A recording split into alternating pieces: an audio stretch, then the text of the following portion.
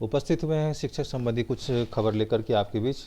इस चैनल को like, subscribe तथा बेल आइकन को प्रेस कर ले ताकि जब भी मैं कोई नोटिफिकेशन लेके आऊँ तो सबसे पहले आपको मिले। तो खबर की शुरुआत करते हैं कुछ हेडलाइन से। देखिए, जो भी शिक्षक सेलेक्टेड स्टूडेंट हैं वो आंदोलन के लिए अब तैयार हो जाएं। बिहार शिक्षक बहाली का कोर टीम जो है वो अब तैयार हो चुकी है, आप भी कमर कस लें। तो बिग ब्रेकिंग है ये। 29 नवंबर 2021 से अनिश्चितकालीन आंदोलन की घोषणा। सभी लोगों जो है कमर कस लें। कोर टीम भी है तैयार, आप भी रहें तैयार। तो अब आंदोलन की शुरुआत होगी। जब तक हमें नियुक्ति पत्र नहीं मिलेगा तब तक हम अपना कदम पीछे नहीं करेंगे। पहली खबर जो है ये हुई और हाइलाइट्स हम लोग पहले बात करते हैं हेडलाइंस की। चांसलर अवार्ड से शिक्षा विभाग का लेना देना नहीं है, ये विजय चौधरी का कहना है। शिक्षा मंत्री माननीय विजय चौधरी जी का कहना है कि चांसलर अवार्ड से शिक्षा विभाग का लेना देना नहीं है। तो ये चांसलर अवार्ड यानी जो चांसलर अवार्ड की स्थापना की है उससे संबंधित है।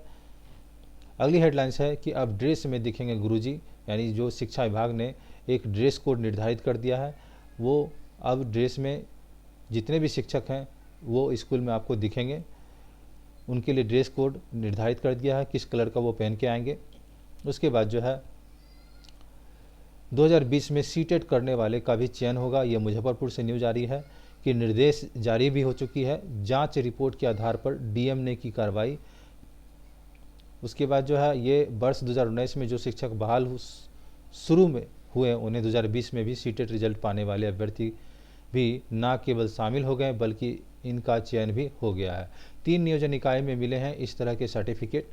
और अंकों में हेराफेरी के मामला भी दिखने को मिला है। मेगा चयन सूची के अंक में अंतर सर्टिफिकेट के अलग अलग हैं। तो ये सारी खबर हैं। 23 इकाई के चयन अभ्यर्थियों के सर्टिफिकेट छांटने का अभी शुरू हुआ है। तो खबर को हम डिटेल में इसको जानेंगे बाद में।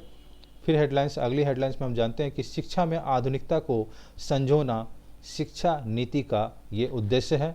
बच्चों के मानसिक विकास पर स्कूलों में होगा काम। तो नई शिक्षा नीति का जो उद्देश्य है इसके तहत ये आधुनिकता के साथ पारंपरिक मूल्यों और संस्कृति को भी संजोए रखना है। अगली खबर है, बोडा आइडिया ने कॉल दरों में 20 से 25% की वृद्धि की है। तो कर्ज में डूबी दूरसंचार कंपनी वोडाफोन आइडिया ने मंगलवार को सभी प्लान में मोबाइल कॉल और डेटा दरों में 20 से 25% की वृद्धि कर दी है। पिछले दिन जो है एयरटेल ने भी वृद्धि की थी, इसी प्रकार बोडा आइडिया ने भी 20 से 25% की वृद्धि की है। अगले हेडलाइंस है कि राज्यपाल जो है दिल्ली में कल धर्मेंद्र प्रधान से मिलेंगे, जो अभी वर्तमान में केंद्रीय शिक्षा मंत्री जो हैं, मानव संसाधन विकास मंत्री हैं, वो धर्मेंद्र प्रधान हैं। इससे पहले वो पेट्रोलियम मंत्री थे। बिहार के राज्यपाल फागू चौहान जो हैं वो गुरुवार को दिल्ली में केंद्रीय शिक्षा मंत्री से धर्मेंद्र प्रधान से मुलाकात करेंगे। और बिहार के विश्वविद्यालय में कुलपतियों पर गड़बड़ी करने के आरोपों से उत्पन्न विवाद के बीच राज्यपाल की श्री प्रधान से होने वाली यह मुलाकात महत्वपूर्ण मानी जा रही है। अगली खबर है, मगध विश्वविद्यालय के रजिस्ट्रार वो प्रॉक्टर फाइल लेकर पटना बुलाए गए हैं। पटना में एसबीयू को खरीदारी से जुड़े जरूरी कागजात सौंपेंगे। यूनिवर्सिटी के कई बड़े अधिकारी अपने चैम्बर से रहे हैं गायब। तो ये विशेष निगरानी है एसबीयू की जांच में। सहयोग के लिए मंगलवार को मगध विश्वविद्यालय के रजिस्ट्रार, प्रॉक्टर और स्पोर्ट्स निदेशक जरूरी फाइल लेकर पटना गए हैं। अगली खबर है, मगध विश्वविद्यालय के कुलपति की गिरफ्तारी नहीं होना ये दुर्भाग्यपूर्ण है। ये अखिल भारतीय विद्यार्थी परिषद गया की तरफ से मगध विश्वविद्यालय में उजागर हुए भ्रष्टाचार की संलिप्तता में कुलपति की अब तक नहीं गिरफ्तारी होना ये दुर्भाग्यता जताया है। अगली खबर है, वैक्सीनेशन ड्राइव में बूस्टर डोज पर मंथन है। 117 करोड़ लोगों को देश में लग चुकी है वैक्सीन। 40 करोड़ को दोनों टीके लगाए जा चुके हैं। 70 करोड़ लोग को सिर्फ पहली डोज ही लग सकी है। बूस्टर डोज को लेकर एक राय नहीं है और WHO की तीखी प्रतिक्रिया है। World Health Organization booster shot को लेकर तीखी प्रतिक्रिया व्यक्त कर चुका है। संस्था का कहना है कि अभी तो दुनिया भर में प्राइमरी डोज भी पूरे नहीं हुए हैं और कुछ देश में बूस्टर शॉट की शुरुआत की जा चुकी है। WHO के अनुसार स्वस्थ लोगों को बूस्टर लगाने का कोई मतलब नहीं है। उसका कहना है कि पहले हेल्थ वर्कर, बुजुर्ग और हाई रिस्क वालों को पहला दूसरा डोज लगाना जरूरी है। तो इसको डिटेल्स में जानेंगे बाद में। फिर अगली खबर हम लोग देखते हैं, बिहार के पंचायत चुनाव की तकनीकी जो है पूरा देश जानेगा। बिहार में पहली बार OCR बायोमेट्रिक वो वेबकास्टिंग की व्यवस्था की गई है। पंचायत चुनाव को प्रयोग में देखते हुए दिल्ली और चंडीगढ़ से पहुंचे टीम है। मतदान से मतगणना तक मॉनिटरिंग की जाएगी। अगली खबर है, चांसलर अवार्ड से दूर रही सरकार, मंत्री समेत शिक्षा विभाग ने कोई भी अफसर कार्यक्रम में नहीं हुए शामिल और गवर्नर फागू चौहान ने किया सम्मानित। राजभवन लेता अंतिम निर्णय। विश्वस्त सूत्रों से यह भी पता चला है कि कुलपति और प्रति कुलपति के चयन में भले ही चयन समितियां भूमिका निभाती है, लेकिन चयनित कुलपतियों और प्रति कुलपतियों के नाम पर अंतिम निर्णय सरकार की सलाह से ही राजभवन लेता है। यह प्राविधान पहले से चला आ रहा है, लेकिन यह प्रावधान राज्यपाल एवं कुलाधिपति द्वारा चांसलर अवार्ड के चयन में औपचारिकतावश भी नहीं निभाया। कार्रवाई नहीं होना आश्चर्य की बात है। एक पूर्व कुलपति ने नाम नहीं छापने की शर्त पर बताया कि कुछ कुलपतियां द्वारा नियम जिस तरह से ताक पर रखकर वित्तीय लाभ के लिए अनियमितता बढ़ती है जारी है, उसे पर्दाफाश के बावजूद भी राजभवन कार्यालय में से कार्रवाई नहीं होना भी आश्चर्य की बात है। चांसलर अवार्ड फिर इसकी चयन प्रक्रिया कुलाधिपति कार्यालय तय किया। इसमें सरकार से सलाह ली गई है और न ही शिक्षा विभाग से। पूरी प्रक्रिया में सरकार की भूमिका नहीं, सिर्फ राज्यपाल और कुलाधिपति कार्यालय इसमें शामिल हैं। अगली हेडलाइंस है, बाल उत्सव का हुआ आगाज, झूम कर नाचे किलकारी बच्चे। तो ये बच्चों की खुशी को देखते हुए किलकारी जो है ये मंगलवार को कार्यक्रम में नृत्य करती बच्चियां जो हैं, किलकारी में मंगलवार को बच्चे द्वारा बनाई गई थी कलाकृतियां भी। तो कुछ प्रतियोगिता की भी परिणाम हैं इस प्रकार से हैं। किलकारी बाल भवन में शुरू हुए थे 2 दिवसीय बाल उत्सव और पेंटिंग, डांस, अभिनय हर विधा में दिखी बच्चों की प्रतिभा। 24 नवंबर से के बीच बच्चों अपनी प्रस्तुतियां देंगे। अगली हेडलाइंस है, निर्वाचन आयोग के द्वारा 5 जनवरी 2022 को अंतिम मतदाता सूची का प्रकाशन किया जाएगा। बैठक में विशेष चर्चा हुई। नाम जोड़ने वालों के लिए 30 नवंबर तक कर सकेंगे, अपना आवेदन कर सकते हैं। और अगर आपकी उम्र 1 जनवरी से 2022 को 18 वर्ष हो रही है तो BLO से संपर्क कर मतदाता सूची में नाम दर्ज करा सकते हैं। और नाम दर्ज कराने, हटाने और सुधार, बदलाव और बूथ बदलने को लेकर योग्य नागरिक भारत निर्वाचन आयोग में वेबसाइट पर www.nbsp.in और वोटर हेल्पलाइन ऐप के माध्यम से भी ऑनलाइन आवेदन कर सकते हैं। अगली हेडलाइंस है कि घोर नक्सल प्रभावित प्रखंडों में जो है मतदाता मनाएंगे चुनाव का महापर्व। अब तक करीब 70% वोटिंग हुई है। नक्सली बंदी के बीच डुमरिया और इमामगंज में वोटिंग आज हुआ। बायोमेट्रिक सिस्टम रखे दुरुस्त, बैकअप की नहीं होगी समस्या। इमामगंज और डुमरिया को 3-3 जोन में बांटा गया है। अगली हेडलाइंस है कि सुरक्षा की कड़ी व्यवस्था के बीच मतदान आज हुई। इमामगंज की बात है ये। जांच करते CRPF के जवान जो हैं, कोई बम दस्ता जो है वो सुरक्षा की जानकारी लेते हुए उनका जांच करते हुए, चूँकि ये नक्सली प्रभावित क्षेत्र है। और पंचायत चुनाव को लेकर वाहनों को पकड़ना भी शुरू किया गया था। और इमामगंज में 1887 प्रत्याशियों के लिए 1,12,329 मतदाता केंद्र मतदान करेंगे। अगली हेडलाइंस है कि अब ड्रेस में दिखेंगे गुरुजी।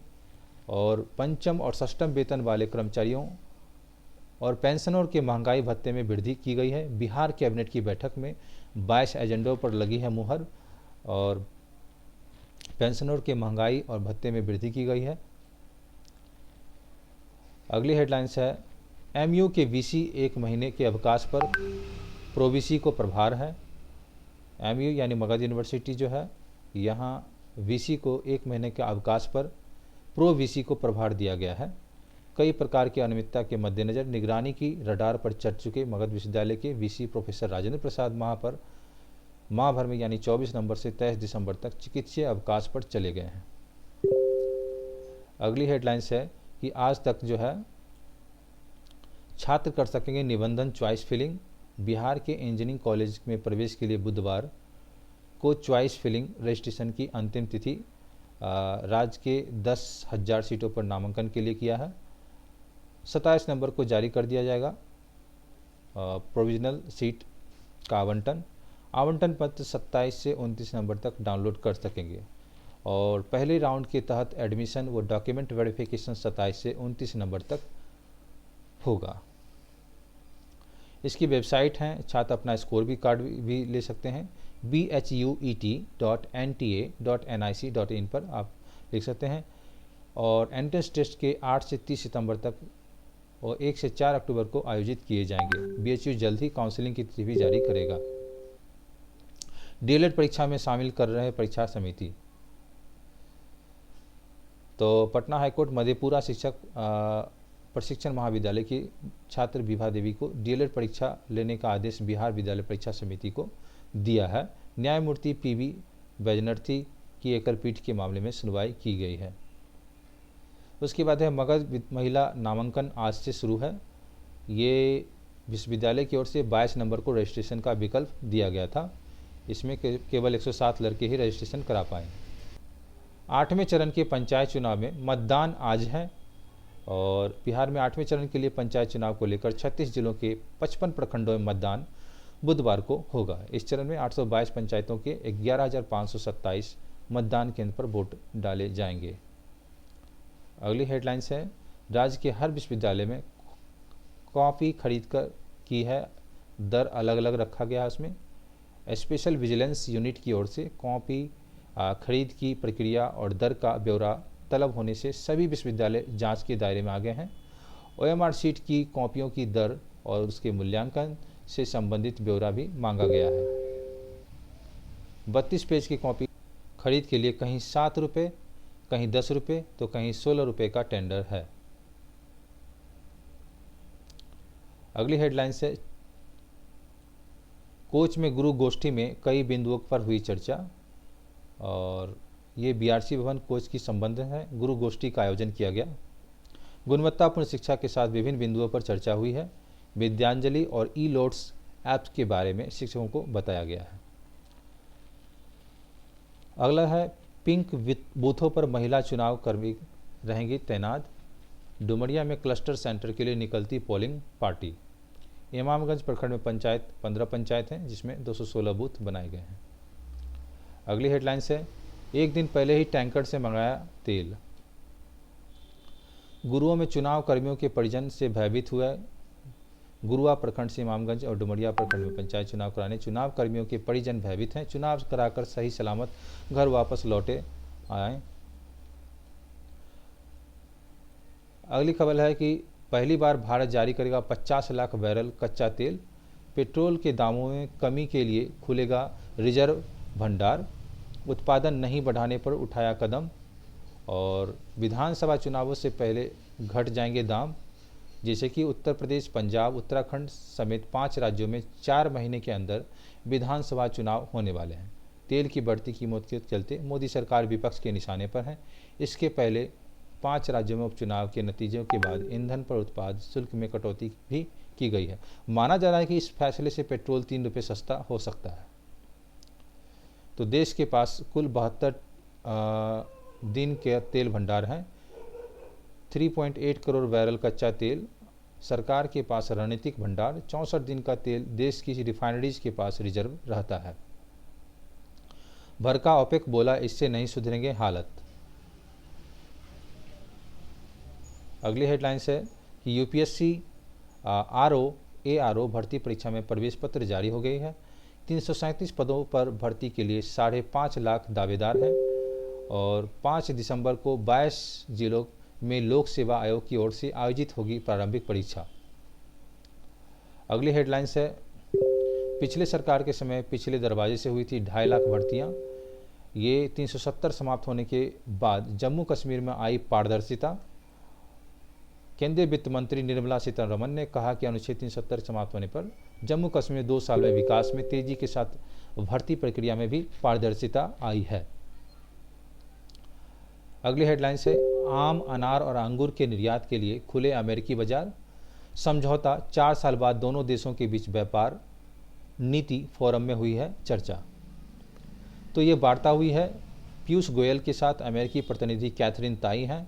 100 अरब डॉलर का द्विपक्षीय कारोबार है और 80 अरब डॉलर का द्विपक्षीय व्यापार किया भारत और अमेरिका ने 2020-21 में।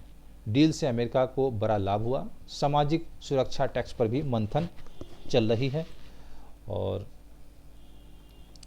अगली हेडलाइंस है, भारतीय शहरों की योजना कौन बनाता है? मैथ्यू इडिकुला का ये कहना है कि शहरी नियोजन के लिए अधिकांश राज्य केंद्र सरकार के 1960 के model town and country planning कानून पर निर्भर है, जो स्वयं 1947 के British town and country planning act के लिए गया, जबकि ब्रिटेन में भी इसे पूरी तरह से बदल दिया गया है। अगली हेडलाइंस है कि हर चौथे भारतीय से जाति धर्म के कारण स्वास्थ्य सेवाओं में भेदभाव। 3/4 बोले डॉक्टर की उपचार लिखा है, बीमारी नहीं बताई। सर्वेक्षणों से पता चलता है कि भारत में स्वास्थ्य सुविधाओं में गरीब और मध्य वर्ग के रोगियों के मूल अधिकारों से नियमित रूप से वंचित किया जा रहा है। ऑक्सफैम इंडिया है और भारत के टीकाकरण अभियान और सर्वेक्षण अगस्त और सितंबर के बीच 28 राज्यों और 5 केंद्र शासित प्रदेशों में 10,955 उत्तरदाताओं को शामिल करते हुए किया गया है। ऑक्सफैम इंडिया की एक रिपोर्ट है और ये दावा किया गया है कि हर 4 में से एक भारतीय के साथ जाति धर्म के आधार पर स्वास्थ्य सुविधाओं में भेदभाव किया जाता है। रिपोर्ट में दावा किया गया है कि 1/3 मुस्लिम, 20% से अधिक दलित, आदिवासी और कुल उत्तरदाताओं से 30% से जाति धर्म के आधार पर भेदभाव की जानकारी है। अगली है खबर कि आपके निजी डाटा तक सरकार की पहुंच है और निजी डाटा सुरक्षा कानून 2019 पर 2 साल की समीक्षा के बाद संयुक्त संसदीय समिति ने सिफारिश दी है। आम जनों के निजी डाटा को भी देख सकेंगे सरकार। भारत में डाटा सेंटर बनाने होंगे और 3 सामग्री के लिए जिम्मेदार होंगे सोशल मीडिया मंच और 4 चौथा जो है जांच एजेंसी कानून के दायरे में नहीं है, गैर निजी डाटा भी दायरे में है। अगली हेडलाइंस है कि हार्ट फेलियर के खतरे से जुड़े हैं एस्पिरिन, अन्य कारकों के अलावा इस दवा से 26% तक बढ़ता है संकट। यहाँ दवा लेने में बेहद सतर्क रहने की जरूरत है। किसी भी रोग के इलाज में इस्तेमाल होने वाली दवाओं से तत्काल राहत तो मिलती है, लेकिन बाद में उसका दुष्प्रभाव भी देखने को मिलता है।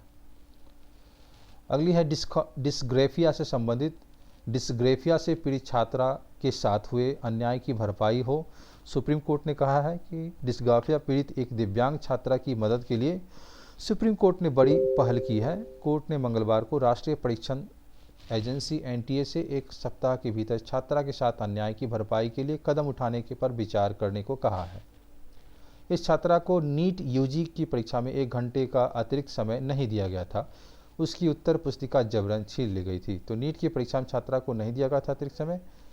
एनटीए की 1 हफ्ते में इस मामले की निस्तारण करने का मिला है समय। अगला हेडलाइंस है, ऑनलाइन पढ़ाई से तुड़वाया किताबों से नाता। निर्देशन और परामर्श शिविर में पहले दिन 48 लोगों की हुई काउंसलिंग। बुधवार को भी मनोविज्ञान शाला में की जाएगी काउंसलिंग।